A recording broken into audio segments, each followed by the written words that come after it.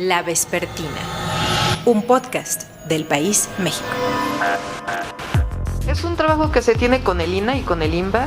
La Glorieta de Colón particularmente, desde hace tiempo se había pensado su restauración. Claudia Sheinbaum, jefa de gobierno de la Ciudad de México, 10 de octubre de 2020. A lo mejor valdría, ahora que se está restaurando y todo, pues una reflexión colectiva de qué representa, sobre todo hacia el próximo año, que son los 700 años de la Fundación Lunar de Tenochtitlan, 500 años de la conquista, 200 años del México independiente, y esta visión que todos aprendimos del descubrimiento de América, como si América no existiera antes de que llegara Colón. Entonces, pues vale la pena hoy una reflexión hacia el próximo año de lo que significa Colón. Pero la decisión de quitar la estatua tiene que ver con un tema de restauración que se iba a hacer desde hace tiempo, que se tenía planeado desde hace tiempo. La jefa de gobierno lo hizo de nuevo. Ya hay una polémica encendida en la Ciudad de México de la que no había necesidad de que Claudia Sheinbaum estuviera en la retaguardia. Porque la jefa de gobierno primero decidió quitar de Paseo de la Reforma a Cristóbal Colón y a 2 frailes que protegieron a indígenas. Luego decidió encargar a un hombre una escultura para honrar a la mujer indígena mexicana. Y ahora, bajo críticas, el gobierno va perdiendo el debate y empieza a dar pasos atrás. En este debate están desde los que defienden a Colón en su sitio histórico, dicho esto en términos de su importancia en lo ocurrido hace 5 siglos y en que debe permanecer en la avenida en la que lleva más de 100 años. También están los que le demandan a Claudia que no ponga los bueyes detrás de la carreta, que reponga el debate, pero que primero consulte, y que sobre todo consulte a mujeres indígenas sobre qué quieren en ese lugar, y que luego, muy luego, decida. En esta entrega de La Vespertina, la historiadora Úrsula Camba, el sociólogo Fernando Escalante, la representante de un pueblo indígena, Mije, Zenaida Pérez Gutiérrez, la historiadora del arte María Teresa Uriarte y la actriz, activista y diputada local Ana Francis Moore, aquí sí debaten. Contestan a las preguntas de ¿se debe ir Colón? Si se va, ¿qué poner en ese lugar? ¿Y quién debe ser escuchado sobre ese nuevo monumento? ¿Qué poner ahí? ¿Y quién hace lo que se ponga ahí? Y luego, ¿qué debe hacer el gobierno capitalino con todo esto? Y ya puestos a elegir, también les pregunté, ¿qué otros monumentos de nuestra capital o de nuestro país deberían irse? Soy Salvador Camarena. Bienvenidos al debate sobre el monumento a Colón, sobre el monumento a la mujer indígena, y bienvenidos a La Vespertina. Me da mucho gusto de verdad darle la bienvenida aquí al podcast del País México, aquí a La Vespertina, a Úrsula Camba, historiadora. ¿Cómo estás, Úrsula? Salvador, muy contento de estar aquí contigo hoy. Tu primer recuerdo de Cristóbal Colón, primero. Las 3 carabelas. O sea, la primaria. Pues es que nos lo repetían cada año, como que las mismas efemérides, ¿no te acuerdas? Tenías que comprarlas en la papelería tus cartitas. La monografía de la Niña, la Pinta y la Santa María. Y hoy, cuando dices Cristóbal Colón, ¿a poco ese es tu primer? No, ya no es ese. Mi primer pensamiento era un lanero que se metió a navegante. Ese es mi primer pensamiento, porque no era navegante de profesión, era de profesión lanero, vendía lana, su familia desde mucho tiempo atrás eran mercaderes de lanas. Pero, pues tuvo el acierto como de rodearse de Pinzón, que era un gran marinero de familia de navegantes, que sí realmente pues dominaba las artes del mar, que Colón pues no era así tan bueno, y era un tipo pues muy mezquino, eso también. Pero no, eso no nos lo cuentan, nada más nos cuentan como que las 3 carabelas y ya llegó y tierra a tierra y regresó y pidió las perlas de la Virgen y se las dieron y luego se arrepintieron y así, ¿no? Bueno, pero ahora nos cuentan que él es el culpable de un chorro de atrocidades que sí ocurrieron aquí en lo que hoy conocemos como América. ¿Es cierto eso? Pues lo que pasa es que todas las naciones tienen sus villanos, ¿no? Uh-huh. Y todos los gobiernos también establecen quiénes son sus villanos y sus héroes, ¿no? También se decide como dependiendo del proyecto político y tal. Creo que lo supera Hernán Cortés, ¿eh? Hernán Cortés es más el gran malvado que Cristóbal Colón. Cristóbal Colón es una figura vaga en la cual se han depositado un montón de cosas, pues, pero no tiene esa materialidad de maldad que tiene Hernán Cortés. Y ahora, puestos a elegir, ¿él era el villano que teníamos que cambiar de lugar en Paseo de la Reforma o hay otros ahí mismo? Puestos a elegir, creo que hay muchos espacios, ¿no?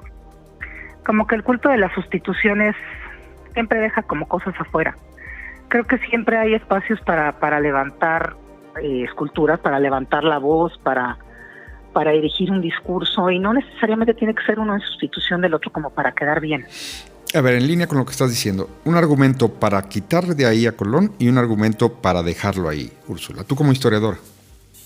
Un argumento para quitarlo de ahí es porque, bueno, efectivamente las sensibilidades cambian, ¿no? Y los proyectos políticos cambian, las preocupaciones cambian. Y dejarlo, pues, como parte de la estética de ese paseo que era anteriormente el paseo del emperador, ¿no? Planeado por Maximiliano, después Paseo de la Reforma, que es un lugar emblemático de la Ciudad de México y que integra, me parecía, o integraba de manera, pues, exitosa en la glorieta de Cuauhtémoc, en el Ángel o la Victoria Alada y en Colón, pues como diferentes mosaicos de lo que es el mundo mexicano, ¿no? De lo que es la nación. Que como que quitarle esa parte, pues es quitarle un cacho, como arrancarle un brazo. ¿Y estamos ante un problema de fondo o de formas? No, de forma. ¿De forma? Sí, totalmente, es un problema de forma, es un problema como discursivo, como de quedar bien, pero no es en el fondo una reivindicación real. Sabemos que, bueno, los gobiernos en general hacen usos políticos de la historia, los gobiernos de todos los países, pero sí creo que necesitamos hacer una discusión mucho más compleja, menos superficial y obviamente menos maniquea, porque eso no nos permite integrar el pasado en su complejidad y en su riqueza. Puestos a elegir, ¿qué monumento dirías tú? Ah, mira, ya que vamos a eso, quiten esto. Este sí, por favor. ¿Pueden ser varios o nada más uno? Pueden ser varios. 3, dame un top 3. Yo quitaría, que me parece horrorosa, la fuente de petróleo, el monumento a la raza, el monumento a la madre. Es como esa escultura criptosoviética. Bueno, el guerrero Chimal tampoco me gusta, ni el caballito ese amarillo. ¿El guerrero es el de Sebastián? Ajá. ¿Y es que hay algo de Sebastián que le guste a alguien? Híjole, nos vamos a tener problemas. Úrsula Camba, gracias por haber estado en la vespertina. Gracias. Te mando un abrazo. Sí, Salvador. Hasta luego. Hasta luego. ¿Sí? Hola, Fernando, buenas tardes. Salvador. ¿Cómo estamos? Bien, bien. Fernando, ¿cómo gusta que lo acredite? ¿Sociólogo, investigador del Colegio de México? Sí, soy sociólogo y profesor en el Colegio de México, así nada más. Me da mucho gusto darle la bienvenida aquí a La Vespertina, podcast del País México, a Fernando Escalante Gonzalvo, investigador y profesor del Colegio de México. Fernando, bienvenido. Muchísimas gracias, Salvador. Fernando, ¿qué le parece la decisión del gobierno de la Ciudad de México de remover el monumento a Colón de su sitio original en el Paseo de la Reforma? Mire, yo creo que el solo hecho de participar en la discusión sobre eso es prestarse a mantener una operación publicitaria. Creo que es básicamente eso, una operación publicitaria que ha resultado bastante bien. El procedimiento es muy simple y se ha hecho cantidad de veces. Se hace una provocación, el movimiento de la estatua, que provoca una reacción básicamente emotiva con la intención de polarizar. Lo importante en este caso, para mi gusto, es que se trata de crear, digámoslo así, un voto identitario. Creo que esa es la intención. Es cierto que también se ha dado en el mundo en los últimos años una revisión sobre algunas estatuas, algunos monumentos, pero le diría, si no hay algo bueno de esa discusión, aparte de lo que quiere aprovechar el gobierno de la ciudad. Mire, discutir sobre el pasado siempre será bueno, siempre será interesante, pero esto no es una discusión sobre el pasado. Aquí lo que tenemos es un gesto que remite a una mitología, y con una mitología no se discute, no se puede, en la mitología se cree o no se cree. Los mitos son ridículos todos, pero da igual, porque no se trata de eso. Entonces, llevar la discusión política al terreno de la mitología es infantilizarla. O sea, estamos en una discusión de patio de primaria. En donde simplemente no hay una propuesta del lado oficial. Es que no hay ni siquiera historia. Si estuviésemos discutiendo historia, el asunto sería muy interesante y empezaríamos por dejar de decir tonterías sobre nuestros ancestros y sobre las invasiones y demás. Insisto, es mitología, no es historia. Entonces, no es productivo esto. Discutir el pasado, por supuesto que sí, revisar lo que se hizo, aprender de lo que se hizo, siempre será utilísimo. ¿Usted qué monumento sugeriría que se retirara? Si tendríamos que decir que ese sí abonaría, retirar eso a una discusión democrática. Pues la verdad es que nunca lo había pensado. ¿Tendría sentido discutir el tamaño de las banderas mexicanas que hay en algunos lugares de la ciudad? ¿Qué significan, por qué están, para qué y en dónde están? A lo mejor una discusión sobre eso seria tendría sentido.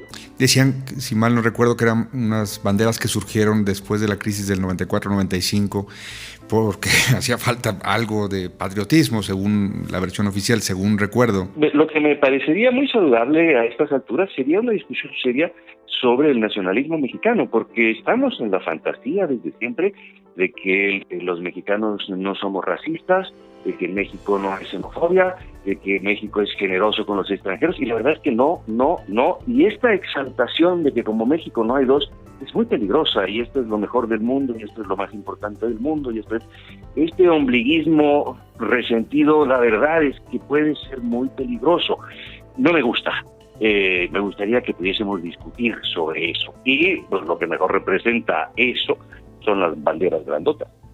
¿Incluye en eso que se repite últimamente de que el pueblo mexicano es bueno por definición?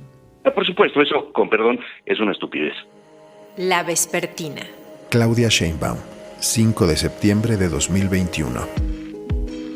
Pues entonces este punto de acuerdo planteaba lo siguiente: pusiéramos a Colón en un reconocimiento como un gran personaje internacional en una zona que se llama el Parque de las Américas. Y ahí donde está la glorieta de Colón, hagamos una escultura dedicada a la mujer indígena. Y por aquí anda un escultor que nos va a ayudar, Pedro Reyes, que es un gran escultor mexicano, que está haciendo una escultura de la mujer olmeca, que es el origen de los orígenes.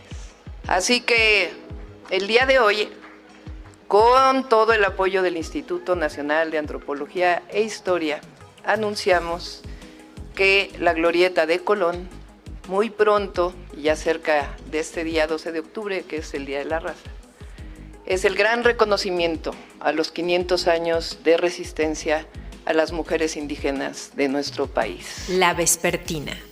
Coordinadora del programa de mujeres indígenas del Instituto de Liderazgo. Me da mucho gusto estar en la línea telefónica Zenaida Pérez Gutiérrez. Zenaida, bienvenida a La Vespertina. ¿Cómo te va? Muy bien, muchas gracias. Aquí con lluvia en mi comunidad, pero todo bien, dentro de lo que cabe en este tiempo de pandemia. ¿Dónde está tu comunidad? En Santa María Tlahuitoltepec, que es un pueblo en la Sierra Norte del estado de Oaxaca. Zenaida, ¿a qué pueblo indígena perteneces tú? Yo soy del pueblo Mije, nos autodenominamos pueblo Ayú. Ayú. Zenaida, seguramente estás al tanto de la polémica por la remoción del monumento a Colón en Paseo de la Reforma y, por supuesto, una propuesta que ya no es definitiva, pero una propuesta de sustitución con algunos bocetos que se conocieron. ¿Qué opinas, Zenaida, de la propuesta de remover a Colón del Paseo de la Reforma? En México hay 68 pueblos indígenas reconocidos, digamos, oficialmente o legalmente, constitucionalmente, por lo que también ha dicho el Instituto de Lenguas Indígenas, son 364 variantes dialectales, por ejemplo. Uh-huh. Entonces creo que lo primero sería cómo imaginar que esta diversidad de pueblos indígenas debiera estar representada en un símbolo, ¿no? En un símbolo que, bueno, se colocaría en un espacio público y que, bueno, quienes forman parte de este grupo, pues históricamente excluido, vulnerado y demás, se sintiera en esa representación de lo que es hoy el México actual, ¿no? Creo que pues cada tiempo en las diferentes etapas de la historia ha cambiado la realidad de los pueblos indígenas en la relación con el Estado y esta vez pues se dice que estamos en el Estado democrático y con la participación ciudadana y demás debería de pues eso, como recuperar esas voces, opiniones, perspectivas y también reconociendo que si se abren oportunidades para las personas que no han estado pues en estos espacios, sería importante ver ahora, por ejemplo, no hay mujeres escultoras o personas indígenas que estén pues como teniendo espacio, presencia en esos ámbitos sería importante pues preguntarlo desde ahí, ¿no? Que este modelo de consejos, de la diversidad y demás podrían abonar a ideas más que pensarlo solo desde una cabeza o algún tema indígena, en fin. Decir que ya lo removieron sin preguntarnos a nosotros. Ya que se va a tomar esa decisión, debería haber un debate que incluyera voces indígenas. Sí, cuando se deciden cosas desde las instituciones, digamos que muchas veces ha sido pues sin preguntar a los que se piensa beneficiar o reconocer con ese gesto, pues cuando se ha hecho de manera autoritaria ni siquiera se pone en el debate público, ¿no? Creo que la cuestión ahorita, según nosotras, desde el movimiento de mujeres indígenas, las mujeres articuladas, organizadas, pues decimos, ya que nos mencionan, como también pasó lo del caso con la PREP y demás, ¿no? Ya que nos mencionan, o ahora la que querían que fuera agregada cultural o como era en la embajada de España en Madrid. Entonces decimos, bueno, ya que nos mencionan, pues entonces pregúntenos, escúchenos y que también les traemos propuestas. Nada más que ahorita nos tendrían que preguntar las formas, las posibilidades, los símbolos y las representaciones, pero a nosotras, pues, ¿no? Más allá de quien pueda decir yo soy el autorizado en decidir cuál es arte o cuál es artesanía, en fin. ¿Algún monumento que dijera así, de una vez quiten este? Ay, no, hay infinidad, o sea, hay muchísimos. Yo creo que también es diversificar, o sea, debería de también decirse, no es unas por otras, o sea, entiendo que este gobierno lo pone ahí a discusión porque eso es lo que vende hoy, ¿no? O sea, que la gente se desgaste diciendo un monumento por otro, quien se siente más nacionalista, más patriótico, en fin. Por eso lo ponen, pero no como un rollo realmente de justicia social, porque si nos preocupara eso, pues en otros lados irían las discusiones. De acuerdo. Que hagan de las poblaciones que no han estado ahí, o cambiar las identidades, con esto que dicen también las compañeras afromexicanas, ¿no? Vicente Guerrero, porque le borraron la identidad negra, ¿no? O afrodescendiente. Entonces creo que hay otras cosas que cambiar dentro de los contenidos de los libros de historia, cómo se cuenta la historia de la participación indígena o afro en los diferentes movimientos y transformaciones del país. Claro. Pues por ahí también tendría que ir, ¿no? No solo decir la mía sobre la tuya, ¿no? Sino que, bueno, si hablamos de diversidad, que se amplíe pues el horizonte o las plataformas de participación y de visibilidad. Muchas gracias por esta conversación para la vespertina, Zenaida. Gracias a ti. Hola. Hola, muy buenas tardes, María Teresa.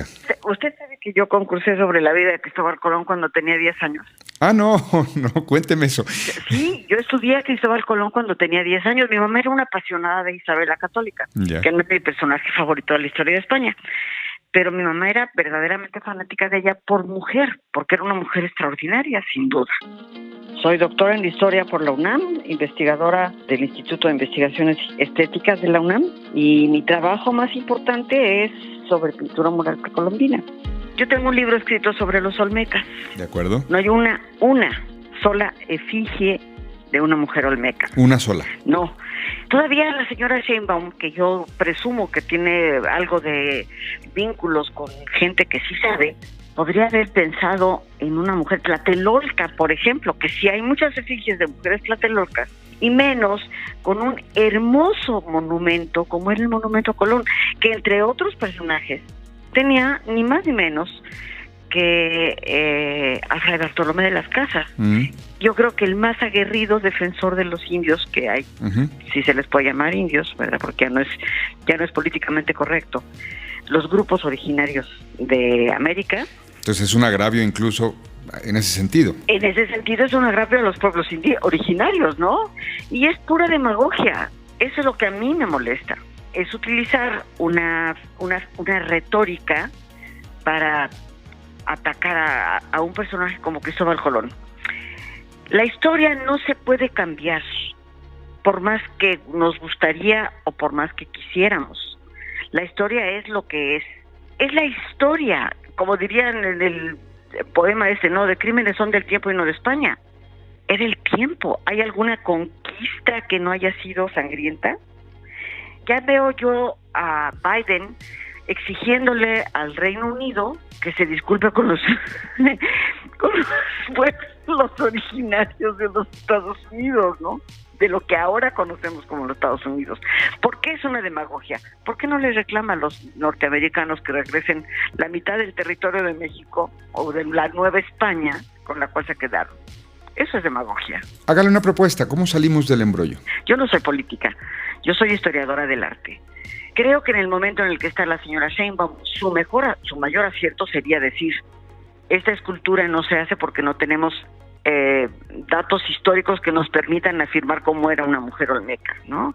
Podríamos hacer un gran monumento cuando cumplamos con los grupos indígenas de este país, como ellos merecen ser tratados. ¿Para qué les hacemos un monumento si la mujer indígena es el ser humano de este país que trabaja más que ninguno, que es más explotada, que es tratada con abusos y costumbres y que no tiene derecho a veces ni siquiera de hablar? Doctora, ha sido un gusto platicar con usted. Con mucho gusto. Que le vaya bien. Claudia Sheinbaum, 14 de septiembre de 2021. El debate de dónde queda la estatua de Colón, que el Instituto Nacional de Antropología e Historia lo está definiendo y lo anunciará ya muy pronto. Y la otra es quién va a ser o cómo se va a hacer la escultura que quede en vez de lo que está hoy de la estatua de Colón, y hemos tomado la decisión de que mejor lo ponemos en manos del Comité de Monumentos y Obras Artísticas en Espacios Públicos de la Ciudad de México, que es finalmente quien lo tiene que decidir.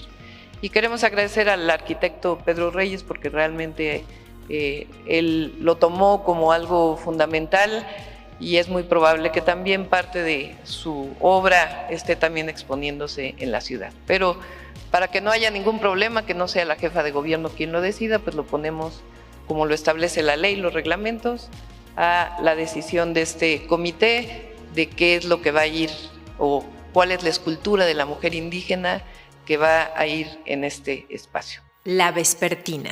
Ana Francis, ¿cómo quieres que te presente? Pues Ana Francis Moore, diputada del Congreso de la Ciudad de México. ¿Y? ¿Artista? Sí, artista de Reina Chula, Eso. Cabaretera, directora, escritora. Ana Francis, bienvenida a La Vespertina, podcast del País México.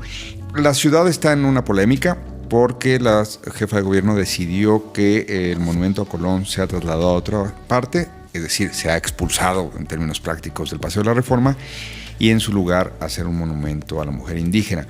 ¿Cuál es tu opinión al respecto?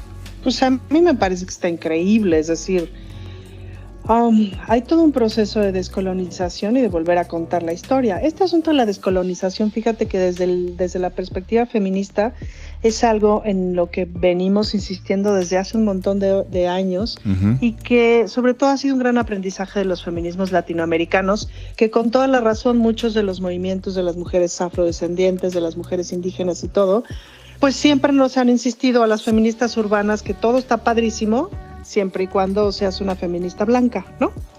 Y tienen toda la razón. Entonces a los movimientos le han metido unas otras perspectivas absolutamente necesarias que tienen que ver con cuestionar la primacía del norte, la primacía de Europa, la primacía de la historia como nos la han contado, así como cuestionamos la primacía de la heteronorma. Entonces, pues en ese sentido, ¿qué te digo? Yo más que feliz de tener un gobierno que le apueste justamente a una otra forma de contar la historia, que no se trata de borrarla, sino se trata de cambiar el orden de importancia. La polémica se ha dado porque hay un problema de fondo en cómo se planteó el asunto o de formas.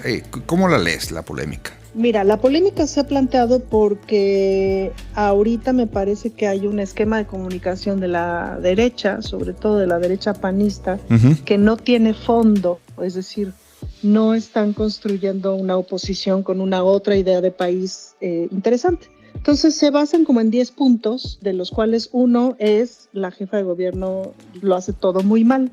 Entonces, en esta perspectiva está como orquestado todo un ataque. Ahora, eso no quiere decir que no sea interesante discutir si la estatua que se ponga tiene que ser una estatua sobre la mujer indígena, que no sea sobre una mujer en específico, si los rasgos por aquí, si los rasgos por allá, si la escultura tendría que estar hecha por una mujer o por una colectiva de mujeres indígenas en vez de por un escultor. En fin, todas esas discusiones a mí me parecen absolutamente pertinentes, pero la discusión, pero no me parece que haya un dilema en si Colón o la mujer indígena, por Dios. Colón a la goma, lo que sigue, por supuesto. Como que sí hace falta un debate. No lo sé, fíjate, puede ser que sí, Te voy a decir cuál es mi opinión en ese sentido. Mi opinión es que yo no soy una mujer indígena. Mi opinión es que yo soy una mujer blanca privilegiada de una ciudad y que soy diputada. Entonces, en ese sentido, mi opinión es que yo me tengo que echar para atrás y dejar justamente que las voces de las mujeres indígenas digan lo que tengan que decir.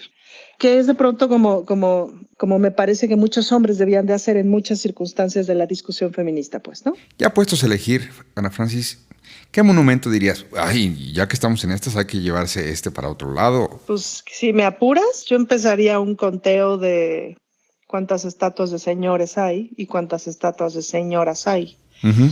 Pero la verdad es que eso amerita una reflexión bastante más profunda, pues, ¿no? Pero debe haber uno que sí dices desde siempre, ¿pero a quién se le ocurrió? O sea, por ejemplo, no debería de haber ni ningún aeropuerto, calle o avenida en el país que se llamara Díaz Ordaz. ¿Qué tal el de Puerto Vallarta se llama Díaz Ordaz? Exacto, o Luis Echeverría. O sea, esos nombres sí tienen que desaparecer de la alegoría y pasar a la vergüenza de la historia, pues, ¿no? Te mando un abrazo y gracias de nueva cuenta por estar en La Vespertina. Muchísimas gracias, te mando un abrazo. Cuídate mucho en el Congreso de nuestra ciudad. ¿Cómo no? Bye. ¿Y ustedes qué monumentos mandarían retirar o cuáles incorporarían al espacio público? Los dejamos con esa tarea y con nuestro agradecimiento. Esto fue La Vespertina. En la producción, Omar Morales. En los micrófonos, Salvador Camarena. Hasta la próxima. Andrés Manuel López Obrador, 8 de septiembre de 2021. Ahora que la jefa de gobierno toma la decisión de que haya una escultura de una mujer indígena en Paseo de la Reforma, lo veo muy bien. Lo celebro porque es un reconocimiento a la grandeza cultural del México profundo, del México prehispánico, a sus culturas, todo lo que fue vilipendiado, menospreciado. ¿Por qué nos enojamos? Si esa es la grandeza de México. Si lo bueno que somos en la actualidad lo heredamos en buena medida, no estoy desconociendo lo que se obtuvo después de la invasión, pero muchas cosas buenas que tenemos los mexicanos vienen de antes de la llegada de los invasores. La Vespertina, un podcast del País México.